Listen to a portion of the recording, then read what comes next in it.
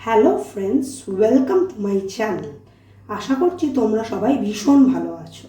আজকে আমি তোমাদের জন্য যে রেসিপিটা নিয়ে এসেছি সেটা হলো ক্রিসপি বেবি কর্ন মাঞ্চুরিয়ান। এটা বানানোর জন্য প্রথমে আমি 400 গ্রাম মতো বেবি কর্নকে ছোট ছোট করে কেটে নিয়েছি। আর এটাকে ফ্রাই করার জন্য আমি একটা ব্যাটার নিয়ে নেব, যেটা হলো 3 চামচ ময়দা, 3 চামচ কর্নফ্লাওয়ার, স্বাদ অনুযায়ী লবণ এবং 1 চামচ কাশ্মীরি মির্চি। এটাকে আমি এবার হালকা করে একটা থিক ব্যাটার বানিয়ে নেব।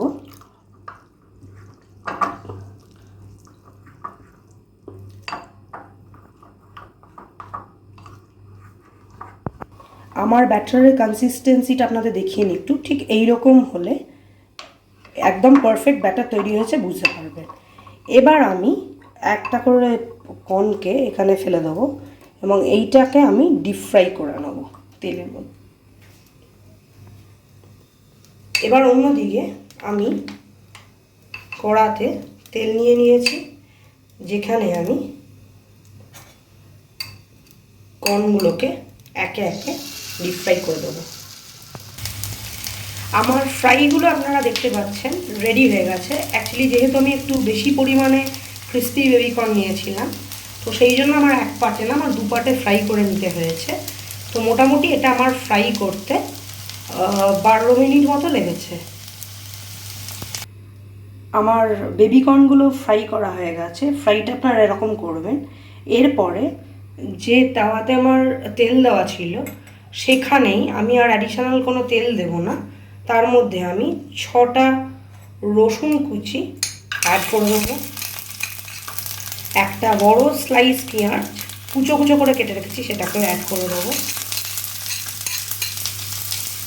এবং একটা বাটি পেঁয়াজ কুচো, মানে পেঁয়াজ পাতা কুচো করে রেখেছি, সেটাকে আমি অ্যাড করে দেবো।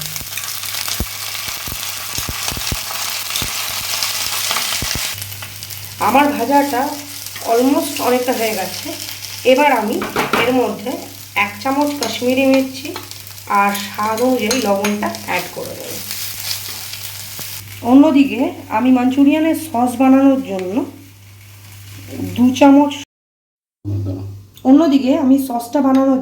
চামচ টমেটো কেচাপ নিয়েছি, 2 চামচ সয়া সস নেব আর 1 চামচ ভিনিগার নেব।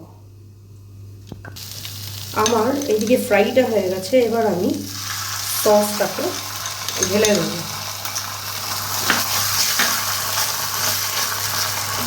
এবং তার মধ্যে ভেজে রাখা ক্রিস্পি কর্নগুলোকে আস্তে আস্তে ছেড়ে দেবো।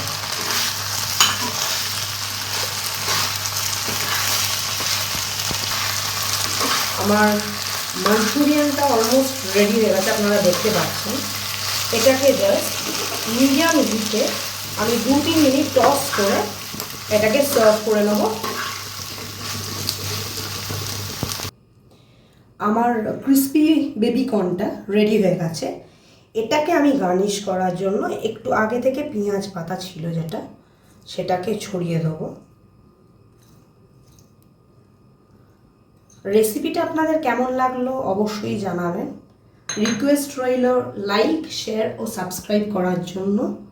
আর যদি কোনো রিকোয়েস্টেড ভিডিও আপনাদের থাকে যেটা আপনারা দেখতে চাইছেন, তাহলে নিচে কমেন্ট করে অবশ্যই জানাবেন। Thank you.